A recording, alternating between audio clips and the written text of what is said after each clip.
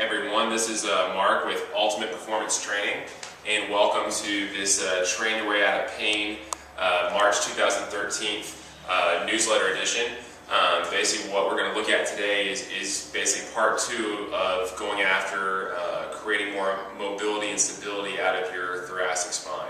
So the two things we're basically going to work on today is basically creating greater type 1 and basically type 2 motion of your thoracic spine. And so basically type 1 motion is literally just your spine side bending one way and then literally rotating the opposite way. And type 2 motion is basically just side bending and rotating in those same directions. So if you have a wall, basically all you need is a wall, a doorway, whatever.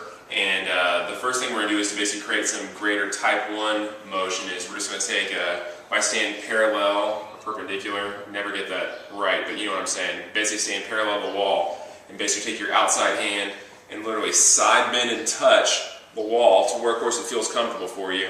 And then of course take your opposite hand and rotate to the opposite direction. So basically right now I'm getting right lateral flexion and left rotation. So I'm basically creating really good type 1 motion out of my spine.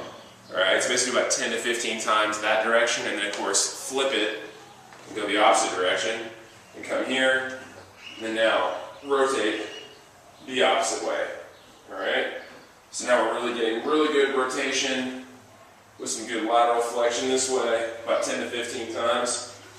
And then since we really focus on getting rotation that time, this time we're basically now going to get more basically drive our arms in more lateral flexion this way in type 1 motion. So basically take your outside hand again, and this time rotate against the wall right here to where of course it feels comfortable, and make sure that basically your inside foot is pointing straight ahead. Like whenever you rotate like this and basically cause your foot to turn out, then you've basically gone too far. So the goal is basically really be able to get your hips to rotate over your feet really well. So just have the hand rotate this way, keep this arm straight like this, and then of course treat your inside hand as basically like that nursery rhyme, I'm a little teapot, short and stout, and just side bend this way. And the cool thing about this is it's not only really mobilizing your middle of your back, your thoracic spine area, but it's also really mobilizing my hips, especially my inside hip, and my feet on the ground. This feels really good. So again, do about 10 to 15 times that way. Repeat and go the opposite way right here. Take your hand and drive overhead as well. Again, about 10 to 15 times.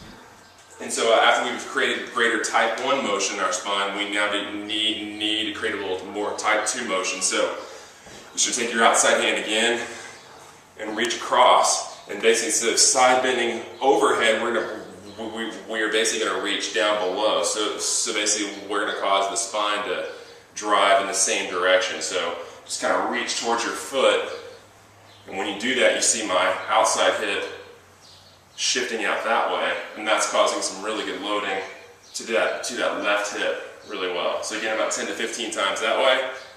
Flip it, go the other way right here, and just reach down like that.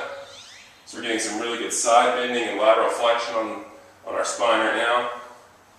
And then lastly, to basically create some type 2 motion, after we've gotten the lateral flexion down, we basically need to get some rotation in the same direction. So take your hand this time and side bend to the wall, your outside hand, and basically take your inside hand this time, instead of reaching across, I want you to reach behind. And so that's going to cause your spine to really rotate in that same direction, and that also really opens up the disc and like your lower back as well. So that takes pressure off of them, which feels really good. There we go. Do about 10 to 15 times that way. Flip it and come this way and do the same thing. Alright? Last thing you need to do, just basically find a broom, find anything that's lightweight, that's about shoulder width apart for your body. Like this is a little PVC pipe that I have, and literally position your hands like you're about to swing a golf club or a baseball bat or whatever, and then of course have them about shoulder width apart, and all you're going to do is have your feet about neutral, about hip width apart, and drive the hand that's down below up So basically I'm using my left hand to drive my right arm back. So I'm getting really good type 1 motion out of my spine right now, just driving my left hand. It's forcing my right arm to really rotate and go back. Do about 10 to 15 times that way. Flip hands this way and drive the opposite direction. And once you continue to keep doing this over time, the cool thing is you'll notice is like whenever you drive your arms this way, eventually this shoulder will be able to rotate farther past your neck. So what will happen is that even though you are not even really using your neck to turn at all, it's basically creating like what's known as relative motion, like a where of course your spine is able to rotate underneath your neck, the same as if you basically turned your head like this and you rotated your head over your shoulder. So for instance, like whenever you're in like a swing, like in a batter stance like this, and basically you can rotate your spine underneath your neck better, well then you were basically able to basically generate more power in your batting stance. Same thing with swinging a golf club. Same thing with like sitting in your car and literally turning to basically drive and basically get onto the freeway.